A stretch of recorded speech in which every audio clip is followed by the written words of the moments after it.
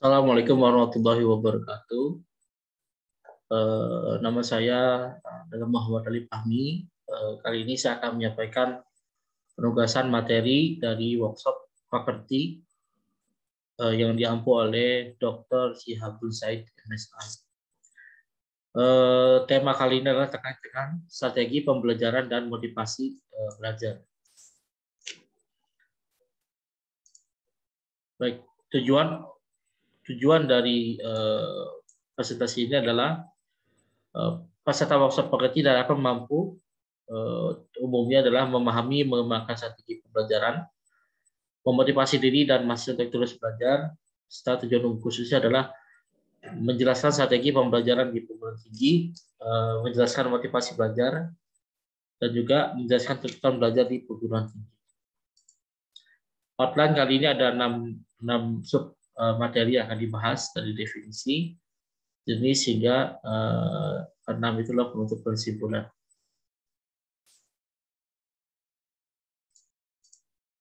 Baik, definisi.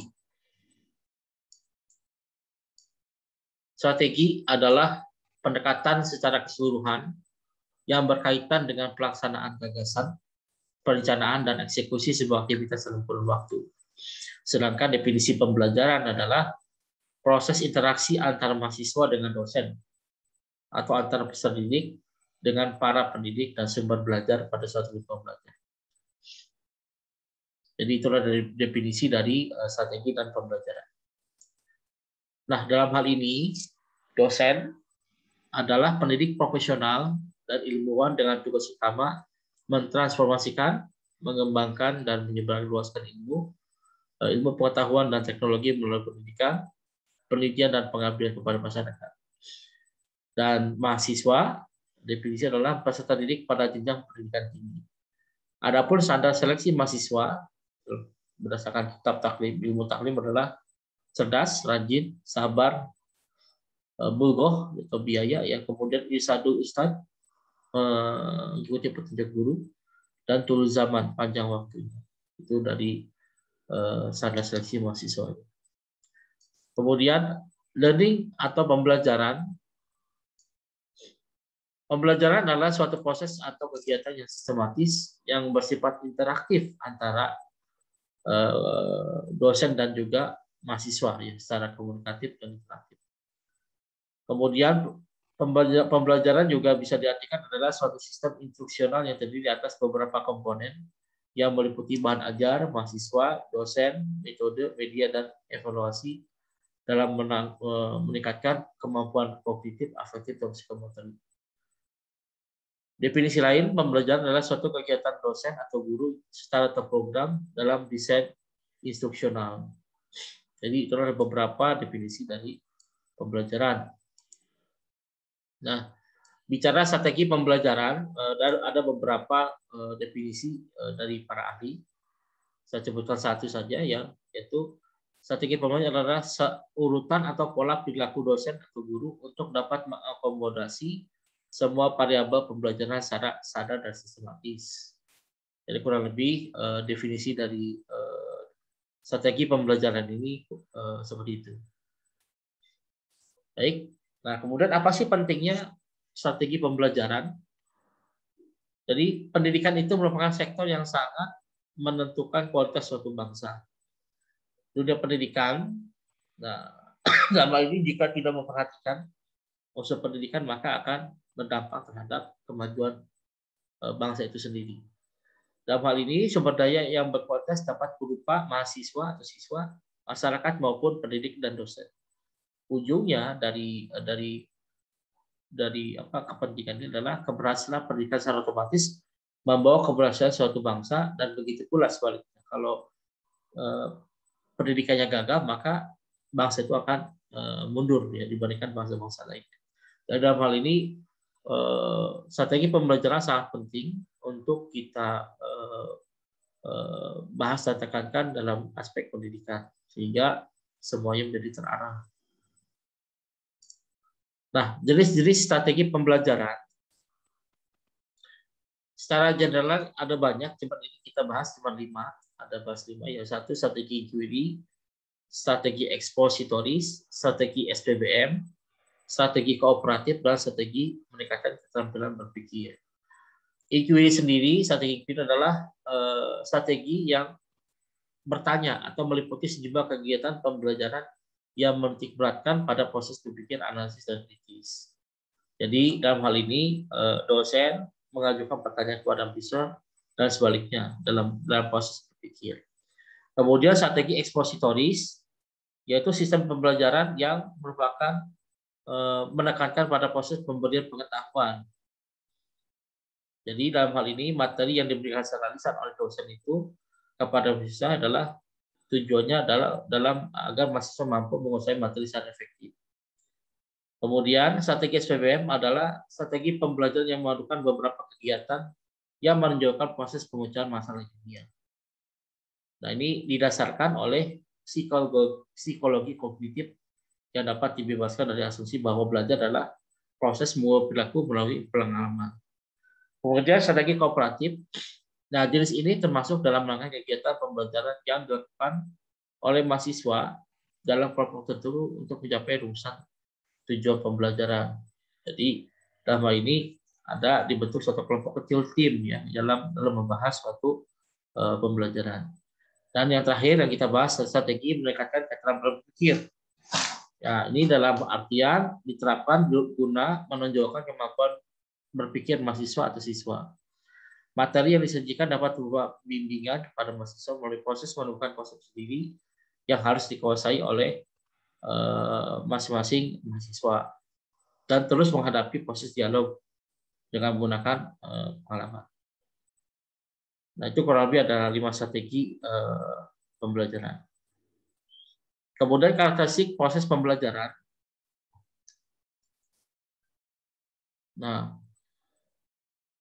maaf lewat.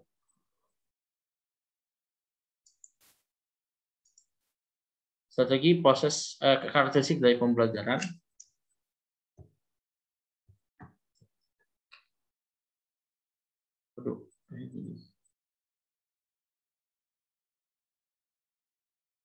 Oke, harus interaktif, inspiratif, menyenangkan, menantang, memotivasi peserta didik untuk aktif dan memberikan ruang yang cukup bagi prakasa, kreativitas, dan kemandirian. Jadi itulah beberapa karakteristik proses pembelajaran. Nah, untuk mencapai ke sana perlu kita rumuskan ya.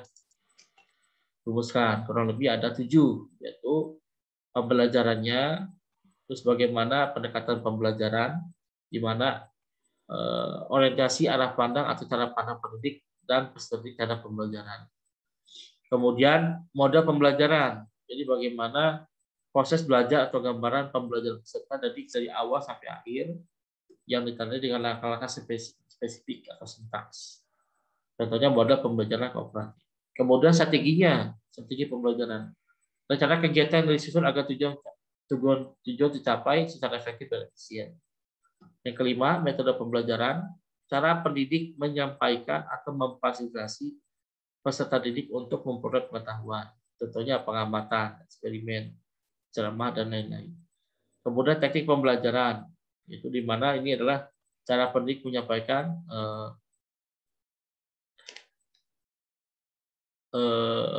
memfasilitasi peserta didik untuk memperoleh pengetahuan atau keterampilan melalui metode pembelajaran tertentu. Cara yang digunakan untuk implementasi suatu metode, contohnya teknik presentasi pada kelompok presentasi baik individu maupun kelompok.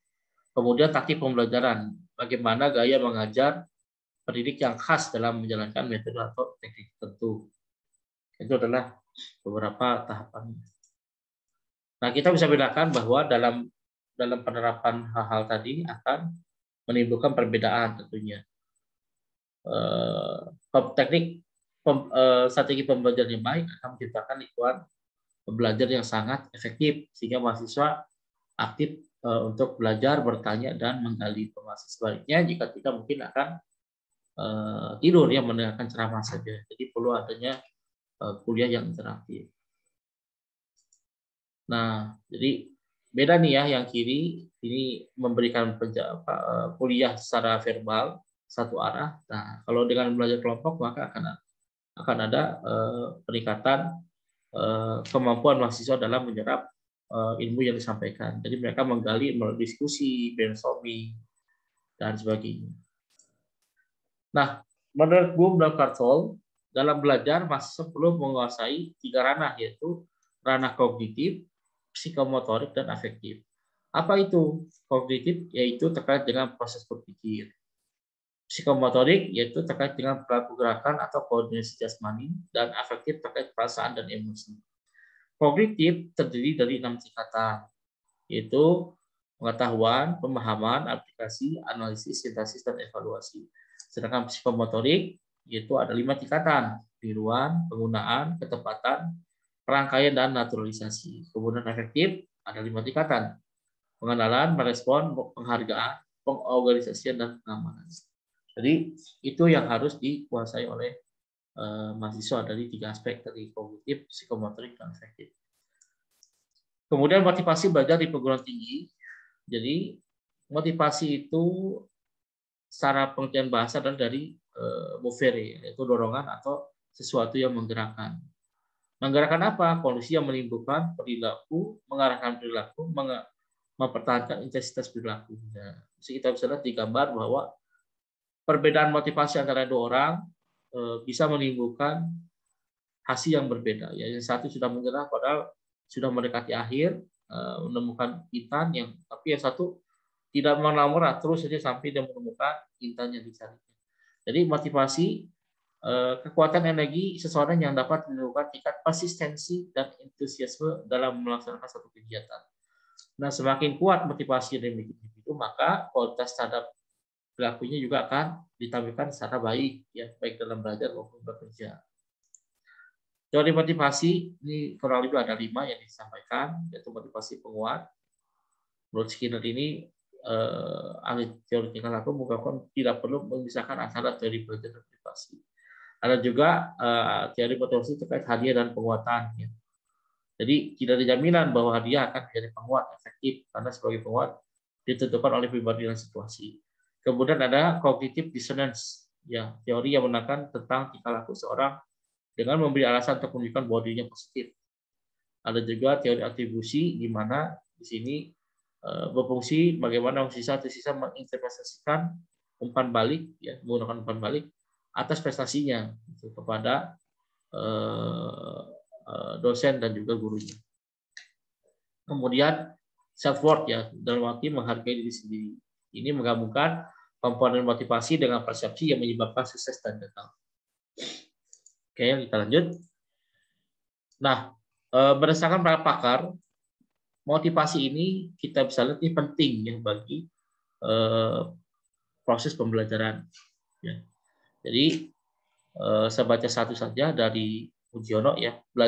Motivasi belajar adalah seorang siswa belajar karena didorong oleh kekuatan mentalnya. Artinya kekuatan itu berupa keinginan, perhatian, kemauan, atau cita-cita. Jadi di sini kita bisa lihat bahwa penting sekali motivasi belajar ditumbuhkan kepada para mahasiswa.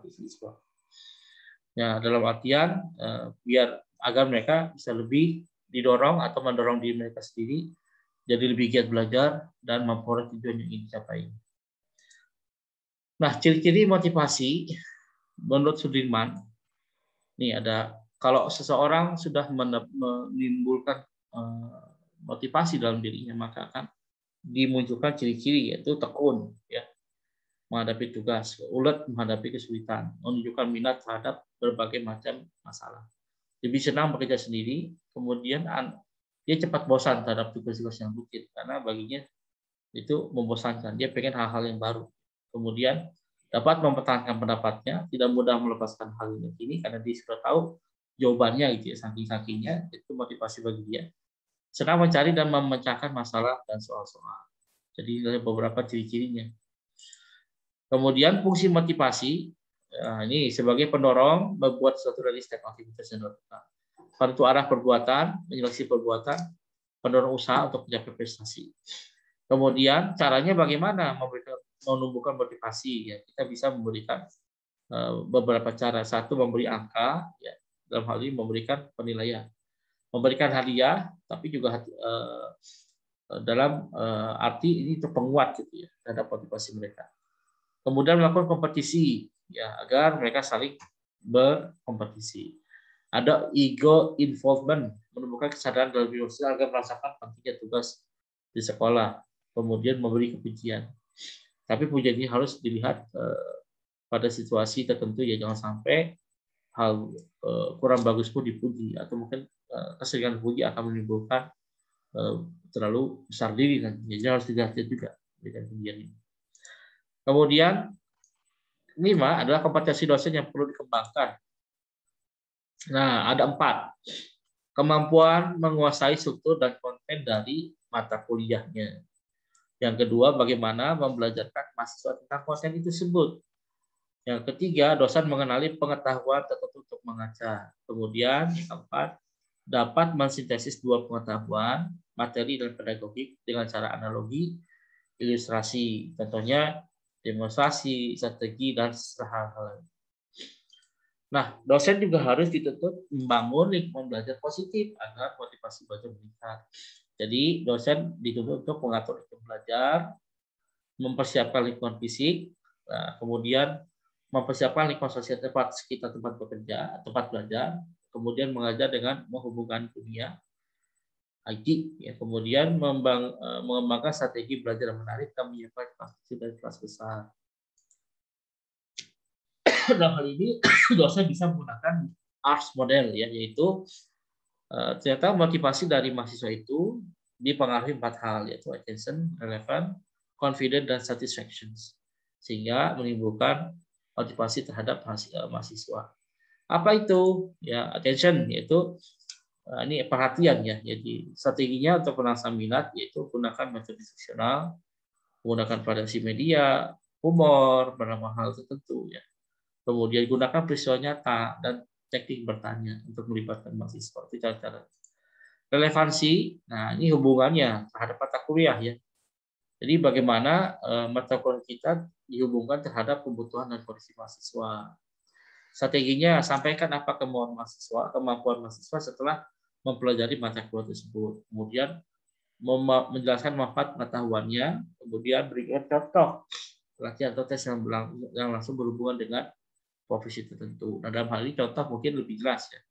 Contohnya misalkan apa sih fungsi kita belajar fisika gitu ya. Fisika, apa sih fungsi belajar matematika. Nah, mungkin di level SMA SMK belum terjawab secara full, tapi ketika masuk ke dunia teknik, ternyata fisika dan matematik digabung menjadi elemen mesin ya, atau kinematika. Jadi kita bisa menghitung dimensi poros besi, kekuatan struktur dan sebagainya. Gitu. Jadi mereka ini relevansi terhadap pengetahuan dasar dalam dunia industri. Kemudian satisfaction ya, ini bagaimana strategi yang terkait proses, gunakan pujian secara verbal dan umpan balik. Berikan kesempatan pada mahasiswa untuk segera mempraktikkan pengetahuannya. Minta mahasiswa membantu teman yang lain, kemudian bandingkan prestasi mahasiswa dengan prestasi sendiri di masa lalu atau standar lain. Gitu ya. Kemudian strategi meningkatkan kepercayaan diri, confidence, memperbanyak pengalaman, kemudian pula disusun dalam bagian yang lebih kecil, meningkatkan harapan berhasil dengan menyatakan kesalahannya. Kemudian memungkinkan kontrol keberhasilan, tumbuh kembangkan kepercayaan diri dari mahasiswa dan juga berikan umpan balik yang konstruktif. Kemudian pendekatan lain dalam membangun motivasi yaitu expertise bagi kita dosen, empati, enthusiasm, clarity, cultural responsiveness. Jadi kita harus memiliki keahlian, kita pun harus memiliki empati terhadap mahasiswa. Apakah mereka sudah cukup menangkap materi kita rasakan. Kemudian entusiasme, kita juga harus antusias kepada mahasiswa dalam menjelaskan materi.